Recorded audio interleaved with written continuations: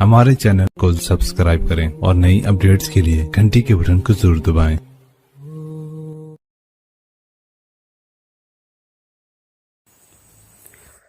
बिस्मिल्लाहिर्रहमानिर्रहीम, अस्सलामु अलैकुम वरहमतुल्लाहि वबरकातुहू। नाज़रीन इकराम, आप देख रहे हैं जमजम ग्राफी। गुजरात फाइल्स पसे पर्दा हक़ाइक़ का इंकशाफ, इसका सिलसिला चल रहा है। 3 अबवाब पूरे हो चुके हैं और आज चौथा बाब शुरू किया जा रहा है। बाब चहारुम, राजन परयाद ऋषि। शुरू करने से पहले आपसे गुजारिश है कि अगर आपने चैनल सब्सक्राइब न किया हो तो कर लीजिएगा, ताकि इस तरह की वीडियोस आने पर आपको बर वक्त इत्तला मिल सके। कॉरपोरेट की ज़बान में एक इस्तिलाह बोली जाती है जिसको टेक अवे कहते हैं। इसका मतलब होता है किसी कॉन्फ्रेंस, मीटिंग या बातचीत का नफ़ा बख्श हासिल। इत्तिफाक से राजन परयाद ऋषि मेरे लिए एक इत्तिफाकी टेक अवे थे। ये कहा जा सकता है कि ये मेरी गैब से मदद थी। ऐसा मैं इसलिए कह रही हूँ क्योंकि उस सिबकदोश पुलिस अफसर ने मेरी तफ्तीश की कद्र और कीमत में इजाफा कर दिया था।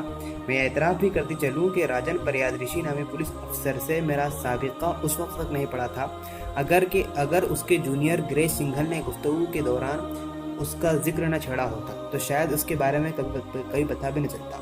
मैंने गुजरात से खासी रिपोर्टिंग की थी और इसलिए वहाँ के अक्सर पुलिस अफसरों से वाकिफ़ थी, या शायद मैं ऐसा समझती थी। बहुत से ऐसे भी थे जिनसे मेरी मुलाकात तो नहीं हुई थी, लेकिन पुलिस बिरादरी के साथ इंटरव्यू और उनके बारे में अखबारी रिपोर्टों की वजह से इतना तो ज़रूर था कि मुताल्लिक़ा अफसरान के बारे में मेरे पास अच्छी खासी मालूमात यकजा हो गई थी।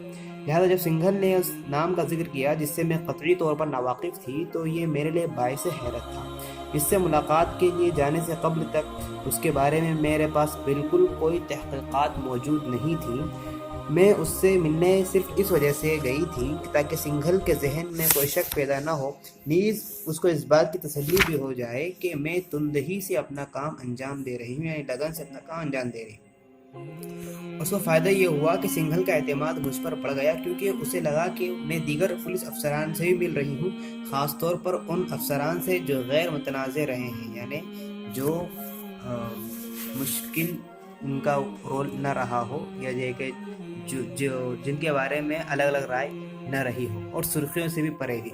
राजन परयाद ऋषि की ज़िंदगी के बारे में एक दिलचस्प पहलू और भी था। जून 2004 में टाइम्स ऑफ इंडिया को दिए गए अपने इंटरव्यू में 1980 की खेप के इस IPS अफसर परयाद ऋषि ने कहा था कि रियासत के एक आला तरीन अफसर होने के बावजूद उसके गांव में उसके साथ अछूतों जैसा बर्ताव किया जाता है।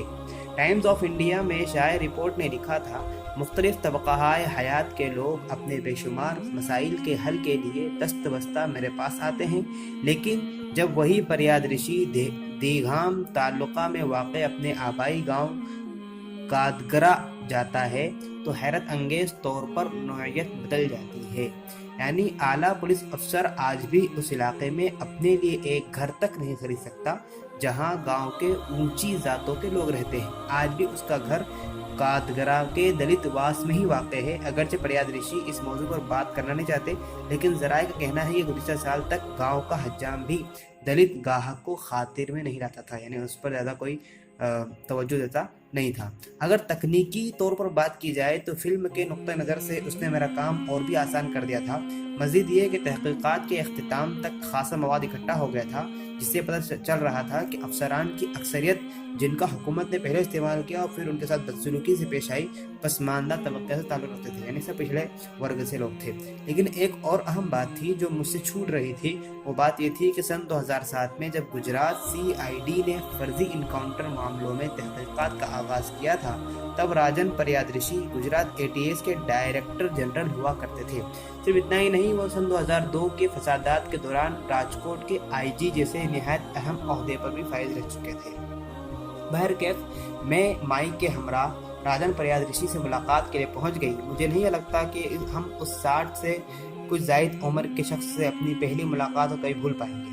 उनका एक मंजिला बंगला अहमदाबाद के नरोदा पटिया के एक ऐसे इलाके में वाक़ था जहां मुतवस्सित तबक़े के लोग रहते हैं, मिडिल क्लास लोग रहते थे। ये वही इंतखाबी हल्का है जहां से हमारे तहक़ीक़ात की एक दीगर सब्जेक्ट माया कोडनानी MLA मुंतखब हुई थी। यही वो इलाका भी है जहां फ़िरका वाराना फसादात का चेहरा सबसे ज़्यादा भयानक हो गया था और कसीर तादाद में जानें ली गई थी। फरियाद ऋषि का घर तलाश करने में बड़ी दुश्वारी पेश आई। 30 बरसों से ज़्यादा मुद्दत तक गुजरात के तूल और अर्ज में बाज़ अहम तरीन अहदों पर फायद रह चुके एक साबिक ATS सरबराह के लिए ये महल्ले ये लोकेशन कदरे मामूली महसूस हुआ। उनके घर तक पहुंचने के लिए एक सरकारी स्कूल, बहुत सारी झोपड़ियों और नालों से गुजरना पड़ता था।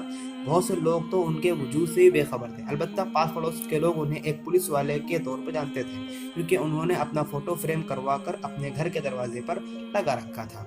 फरियाद ऋषि बड़े बेसब्री से हमारा इंतज़ार कर रहे थे। जैसे ही हमारी टैक्सी उनकी गली पर दाखिल हुई, वो हाथ हिलाकर हमें इशारा करने लगे और अपने घर की पहली मंजिल से ही चहकते हुए खुश आमदेद की सदा बुलंद करने लगे। हम दोनों उनके घर में दाखिल हुए, जो गैर मामूली तौर पर सादगी की तस्वीर पेश कर रहा था।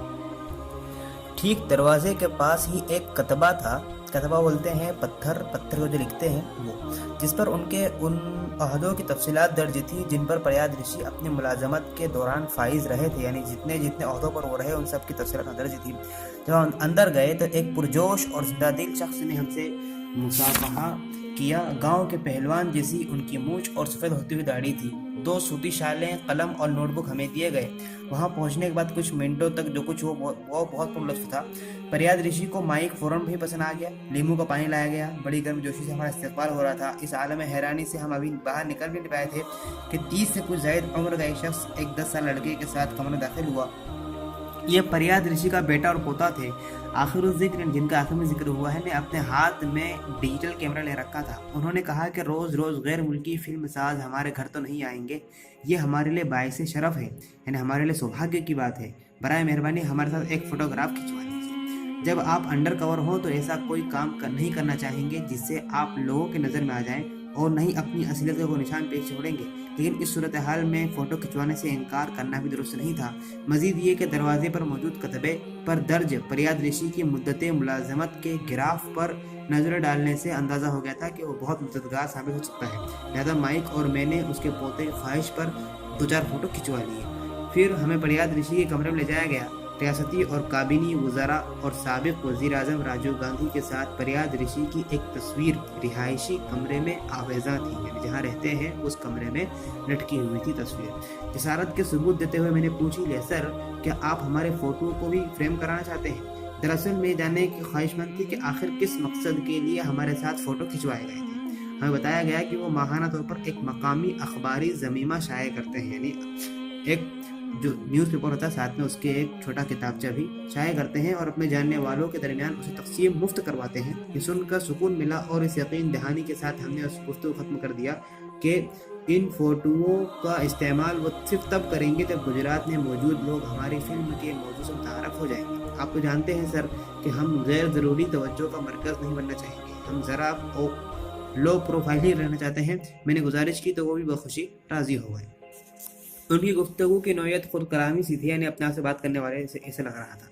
1 घंटे के वक्फे के दौरान हमें महसूस हुआ कि फरियाद ऋषि ने इतना मवाद फराहम कर दिया है कि उनकी मुख्तसर सवाने हयात तैयार करने के लिए काफ़ी हो जाएगा। यानी उन्होंने जो मालूमात दी है उससे उनकी जीवनी आराम से लिखी जा सकती है। हर माना में वो एक किरदार था, एक ऐसा किरदार जिसकी झलक आपको किसी फिल्म या नावल में मिलती है। लेकिन इस मुलाकात से हमें कुछ ऐसी अहम और काम की बातें मालूम हुई जिससे रियासती मशीनरी के तरीक़ेकार का पता चलता था। जब उन्होंने तफसील से गांव के उस हज्जाम के बारे में बताया जिसने बाल काटने से इनकार कर दिया था और इसलिए मजबूरन दलित निवास ही में उन्हें एक घर बनवाना पड़ा, तो हम हैरत ज़दा रह गए। ये सब कुछ एक ऐसे शख्स के साथ हो रहा था जो गुजरात सरहद रेंज के IG के ओहदे पर फाइज था। दलित शनाख्त बराबर उन्हें परेशान किए रही। गुजरात पुलिस फोर्स ने अपनी मुद्दत मुलाजमत के दौरान कई मौक़ों पर उन्हें अपने सीनियर अफसरान के ज़रिए डर्टी वर्क करने के लिए मजबूर किया गया, लेकिन उन्होंने हुक्म मानने से इनकार कर दिया। ये बात बड़ी अजीब थी। कोई अगर आप दलित हैं तो ऑफिस से कोई भी आदमी आपको कुछ भी कहते, कोई इज्जत नहीं रहती। मेरा मतलब ये है कि एक दलित अफसर से कहा जा सकता है कि वो बहरहमाना कत्ल का इर्तिकाब करे, क्योंकि बज़ाहिर उसके ना कोई इज्जत नफ्स है और न ही कोई आइडिया। गुजरात पुलिस में सिर्फ ऊंचे तबके के लोगों ही को हर जगह पजीराई होती